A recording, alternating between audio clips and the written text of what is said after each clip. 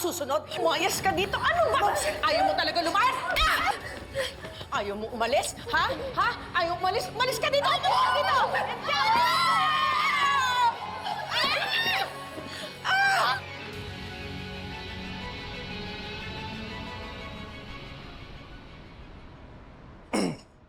Inspektor. Mr. Panganiban, condolence ulit. Inspektor, nahanap niyo na ba ang sumagasa sa kanila? Inaanap na ho namin yung nagmamaleho na sasakyan.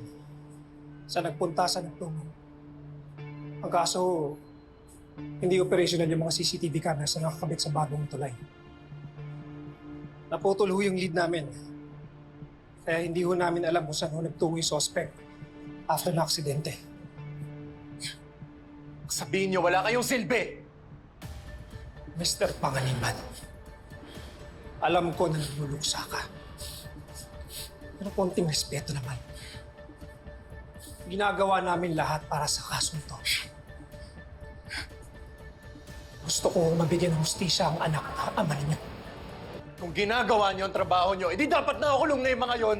Dapat nagsasuffer na rin yung mga yon. Mga inutil! Kaya nga ho kami nagpunta rito. May katanungan ho kami tungkol sa tatay ninyo. Ano? Get out of here! Hindi ka welcome dito! Umalis ka dito! Ma!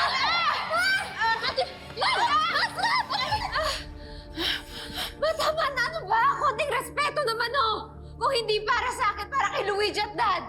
Don't you dare talk to me about respect. Ikaw ang walang galang na pumunta rito!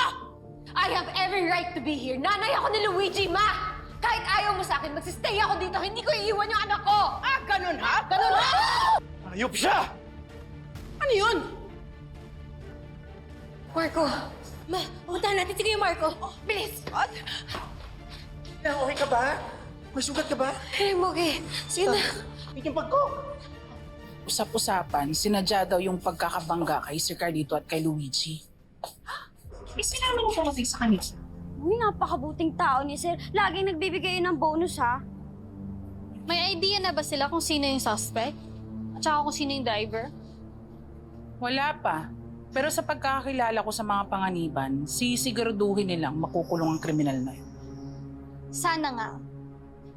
Sana nga mahuli na yung demonyong yun. Kailangan mabigyan ng hustisya yung pagkamatay ni Luigi tsaka ni Sir. Bakit ka ba sabat ng sabat? Pamilya ka ba? Hanggang dito lang iusapan, no? Ayusin na natin to. Ayop siya! Inspektor, dali mo siya sa akin ng buhay! Buhay! Ako mismo ang papatay sa kanya! Hayop na yun! Bro, relax. Dapat matagal ko na pinatay yun eh! Marco! Calm down, anak! Ano ba? Oh, what's going on? Inspector, ano to? We have reasons to believe na hindi random ang aksidenteng nangyari. Sinadya silang patayin. Ano po? Sino? Sinong demonyo ang pumatay sa asawa at apo ko?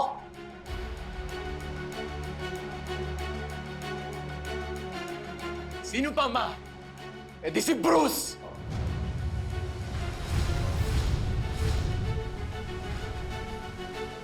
What?